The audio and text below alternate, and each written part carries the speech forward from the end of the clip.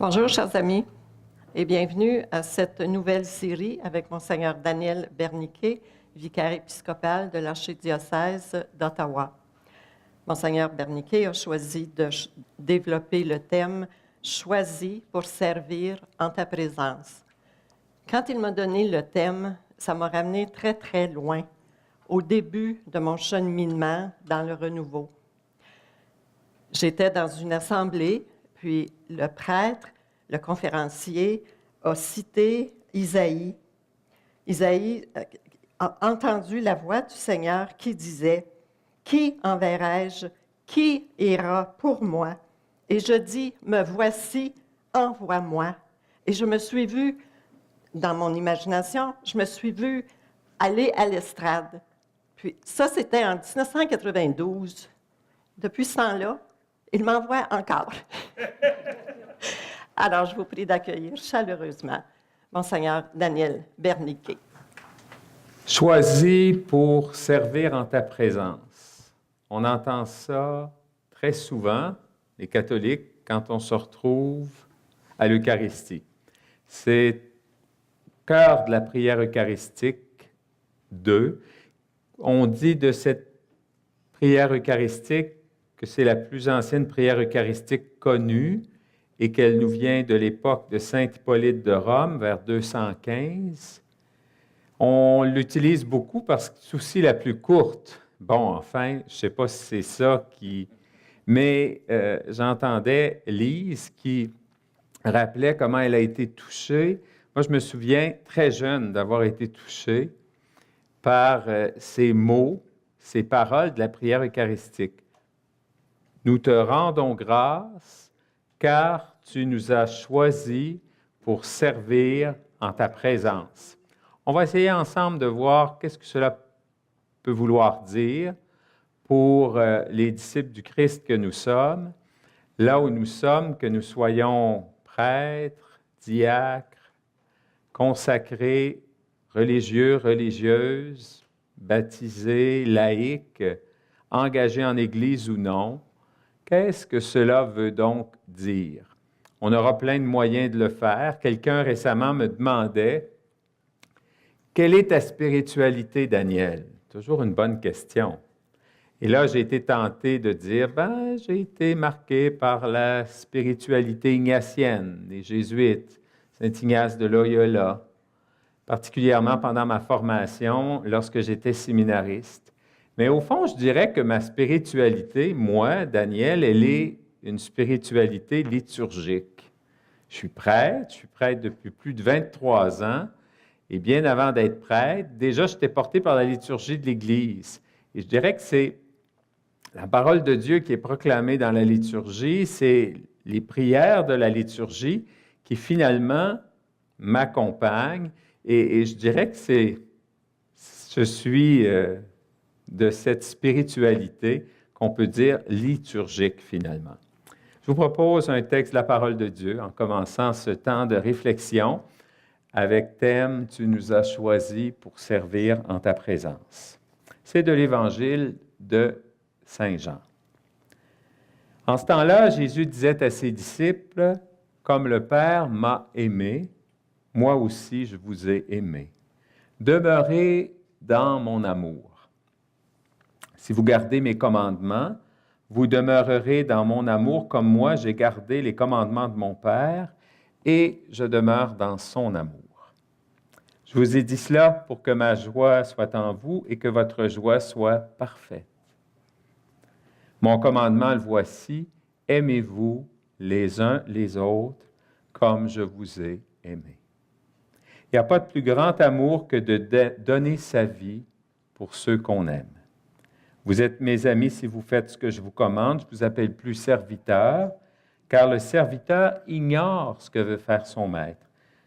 Je vous appelle mes amis, car tout ce que j'ai entendu de mon Père, je vous l'ai fait connaître. Ce n'est pas vous qui m'avez choisi, c'est moi qui vous ai choisi et établi afin que vous alliez, que vous portiez du fruit et que votre fruit demeure. ce que je vous commande, c'est de vous aimer les uns les autres.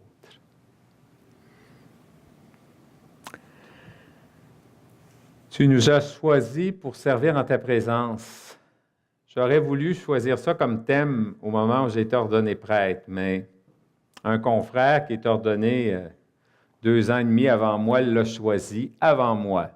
C'est déjà arrivé de vous faire voler quelque chose comme ça, hein? On pense que, bon. Et si je voulais choisir cette parole de la prière eucharistique 2, c'est parce qu'évidemment, comme je disais tantôt, ça m'a touché très jeune. Le Seigneur qui nous choisit, et cette invitation aussi à rendre grâce parce que tu nous as choisis. Finalement, le thème pour mon ordination, ça a été pour la gloire de Dieu, le salut du monde, le répond là, au moment de l'offertoire. Mais il reste que ces mots de la prière eucharistique 2, au fond, nous touchent parce que servir en sa présence, c'est notre rôle de baptiser. C'est la mission de l'Église. Le Seigneur nous le demande à chacun personnellement, tel que nous sommes, de tout temps et en tout lieu, en communion les uns avec les autres, évidemment, à l'écoute aussi des uns et des autres. Et il nous donne les moyens pour arriver au but qu'il nous a fixé. Je dirais que c'est la providence divine, le Seigneur qui prend soin de nous. Il nous invite à répondre à son appel. On a l'impression des fois que c'est nous qui choisissons le Seigneur. Il ne faut pas se tromper. Le Seigneur nous a choisis depuis la création du monde, bien avant. Et nous répondons, évidemment, dans la liberté, à cet appel du Seigneur. Saint François de Sales nous dit, dans l'introduction à la vie dévote, il nous dit que le Seigneur nous procure 1000 moyens de salut. Et c'est à nous de découvrir ces moyens qui sont offerts à chacun et chacune de nous. Lesquels, où, comment, à partir de quoi, et ainsi de nous laisser conduire par sa main. Dans cette réalité de dire qu'on est choisi pour servir en présence du Seigneur, il y a toute cette réalité de comment je peux être attentif aux signes que le Seigneur me donne. Il y a les grands signes dans nos vies, peut-être, certainement, mais il y a aussi tous les petits signes du quotidien qui nous viennent des personnes autour de nous, qui nous viennent de l'Église, qui nous viennent de notre famille. Oui, il y a certainement dans la réalité du service, la réalité du soin, prendre soin. Si je reconnais que Dieu prend soin de moi, eh bien moi, je dois naturellement chercher à prendre soin des autres. Prendre soin de tout ce que Dieu nous a confié. Moi, j'ai toujours vu cette réalité dans ces paroles choisies pour servir en ta présence. Prendre soin de nous-mêmes, prendre soin de notre vie, de ceux et celles que nous côtoyons, ceux que nous rencontrons chaque jour, les malades, nos proches, prendre soin de la nature, on est sensibilisé à ça. Le pape François nous dit souvent que la terre, c'est la maison commune. Eh bien, nous devons tout soigner dans le détail, même les plus petites choses. Parce que finalement, on peut dire que c'est don de Dieu. Il y a un texte de Saint François de Sales que j'aime beaucoup. Saint François de Sales nous dit au chapitre 10, la 3e partie de l'introduction à la vie dévote, il nous conforte dans cette idée qu'il faut traiter les affaires avec soin, dit-il, sans empressement ni souci. Essayons ça dans notre vie de chaque jour. Prendre soin, qu'il faut traiter les affaires, notre vie finalement, avec soin, sans empressement. Ça nous arrive trop souvent d'être trop pressés. Finalement, on n'est pas sûr qu'on est en présence de Dieu et des autres, et aussi ni souci, sans inquiétude. Le Seigneur nous aime. Le Seigneur prend soin de nous. Et en même temps, cette réalité, ce fait, doit nous tourner vers notre désir aussi, si c'est vrai, si nous le croyons, bien, de prendre soin des autres. Et même si on ne le ressent pas, eh bien, Dieu est toujours avec nous. Ça a été pour moi une grande révélation. À un moment donné, un prédicateur avait dit, je pense que c'était pendant une retraite, j'espère que vous retiendrez au moins une chose de ce que je dirai dans les prochaines heures ensemble. Il avait dit, même si on ne ressent rien, en parlant de la réalité de notre vie spirituelle, de notre vie avec Dieu, même si on ne ressent rien, ça ne veut pas dire qu'il ne se passe rien. Et ça, souvent dans notre vie, notre relation avec Dieu, il y a des périodes comme ça. Eh bien, même si nous ne ressentons pas Dieu, eh bien, Dieu est avec nous, nous le croyons. Puis quand on regarde nos vies, on dit, ben oui, gardons à tel moment, à tel instant, d'une manière ou d'une autre, Dieu s'est fait présent. Il dirige notre vie en nous laissant libres parce que Dieu est le Dieu avec nous. Emmanuel, Dieu avec nous. Oui, prendre soin de nos frères et sœurs, c'est aussi les respecter, prendre garde, je dirais souvent, pour nous, dans notre quotidien, prendre garde à la médisance qui, au fond, détruit plein de choses. Ça nous détruit nous-mêmes, ça détruit la personne dont on parle et Dieu lui-même, au fond. Et quand on cherche à vivre en présence de Dieu, eh bien, quand on cherche à servir le Seigneur, eh bien, comme je viens de dire, toutes ces petites choses du quotidien, particulièrement quand on parle de nos frères et de nos sœurs, eh bien, il faut chercher à soigner cela et faire attention à ce que l'on dit. Et on pourrait dire que d'une certaine manière, c'est ce à quoi on est appelé à la suite du Seigneur Jésus. Et on pourrait dire que chaque fois qu'on va à l'Eucharistie, parce que le thème de ce temps de ressourcement, eh bien, est au cœur de la prière eucharistique 2, eh bien, l'Eucharistie, on pourrait dire que c'est un lieu de recherche, justement. C'est un lieu de rassemblement, d'unité, où finalement l'union se fait autour du repas du Seigneur. Le prêtre préside, mais il parle au nom de tous. Avec lui, plus que jamais, quand on est à l'Eucharistie, nous servons en présence de Dieu, chacun, chacune. L'Eucharistie nous met en disponibilité pour la mission de l'Église. Et notre acquiescement au moment de la communion, notre Amen, est un engagement à annoncer le Christ. C'est vraiment quelque chose qui est dans notre quotidien. Quand on va à l'Eucharistie, ça se termine toujours « aller dans la paix du Christ », c'est-à-dire aller vivre ce qu'on vient de célébrer. Vivez en présence de Dieu.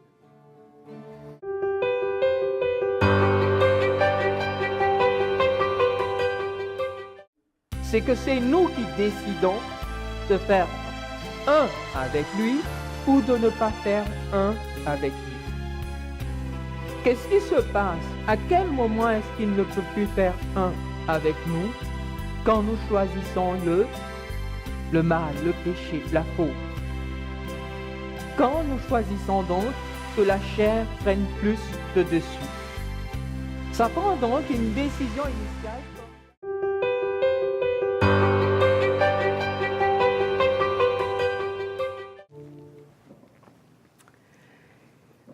Aller dans la paix du Christ, on entend ça à la fin de l'Eucharistie. Eh bien, c'est cette invitation à aller vivre concrètement dans notre vie de chaque jour ce qu'on vient de célébrer. La présence de Dieu, d'une manière, pour nous les catholiques, tout à fait particulière, on dit que c'est le centre et le sommet de notre vie de baptisé. Eh bien, ensuite, aller vivre de cela. C'est intéressant. Avec le nouveau missel en anglais, Go in peace, glorifying the Lord by your life. Et ça s'en vient en français pour nous aussi. Allez dans la paix du Christ et allez glorifier Dieu par toute votre vie. Eh bien, je pense bien que c'est une réalité qu'on sait ça mais il faut chercher toujours davantage à vivre ça concrètement dans le quotidien, dans notre vie de chaque jour. Choisis pour servir en ta présence.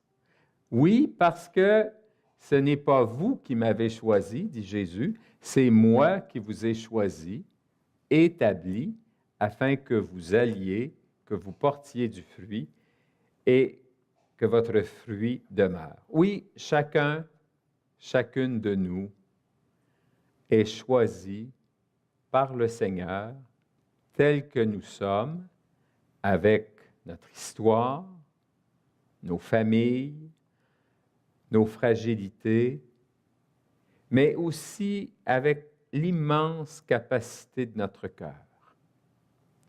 Ce qui compte aux yeux de Dieu, c'est le cœur, le sentiment d'humanité, le service et l'amour du prochain, quel qu'il soit. Jésus a durant toute sa vie montré ce visage d'humilité et d'amour et a ainsi sauvé beaucoup de malades, d'exclus, de pauvres. Il a mis dans un chemin de croissance ceux et celles qui croyaient posséder beaucoup, mais qui manquaient de miséricorde. On voit ça dans l'Évangile. Et ça, c'est souvent notre réalité. Jésus est venu pour tous. Pour cela, il se met au niveau de chacun, au niveau du plus petit, pour rejoindre chacun dans sa détresse, mais aussi dans sa joie.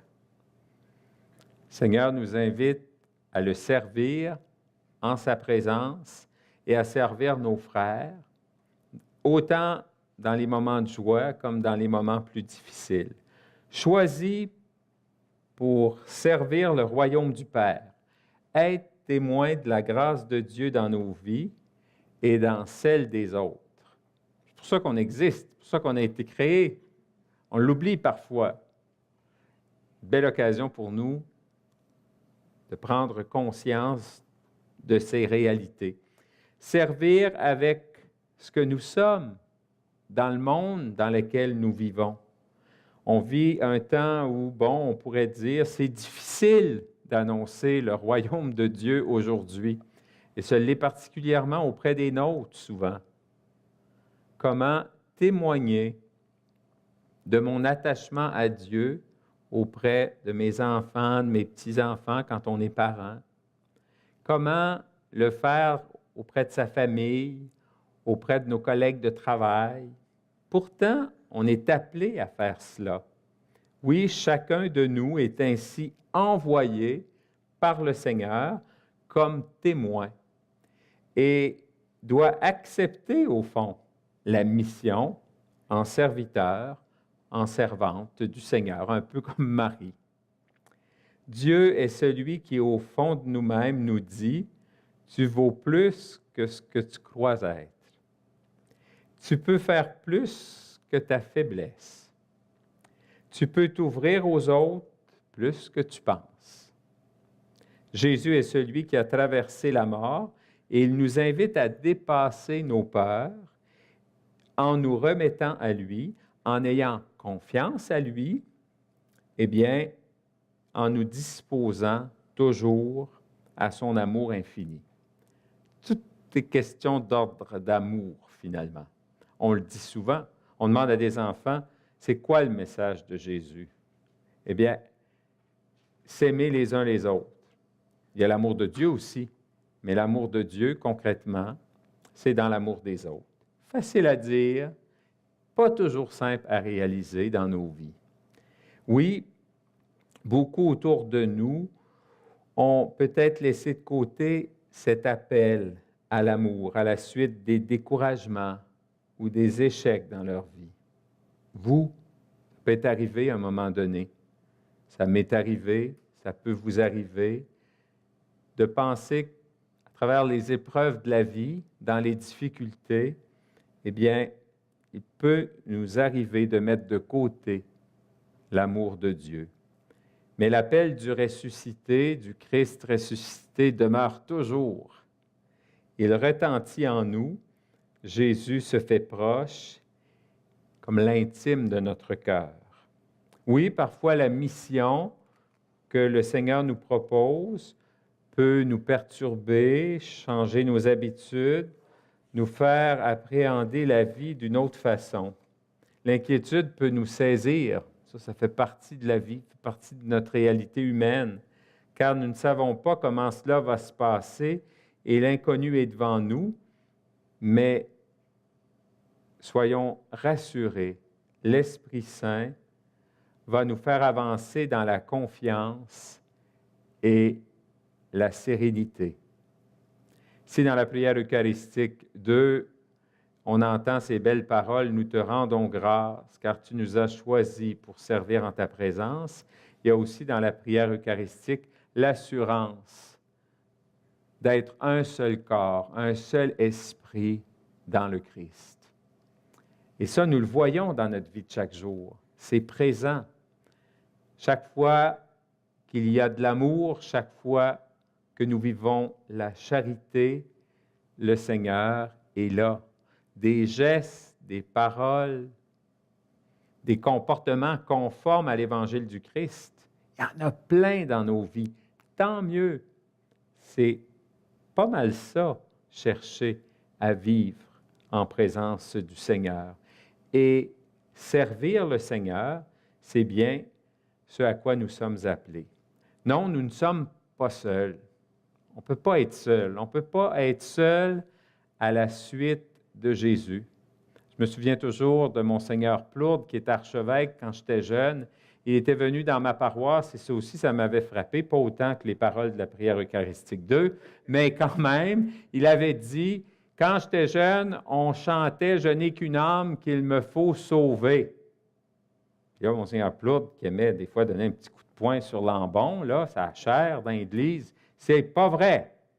C'est pas vrai, c'est vrai, mais on ne pouvait pas résumer la foi catholique à ça. Sauve mon âme, puis que les autres s'arrangent. Arrangez-vous.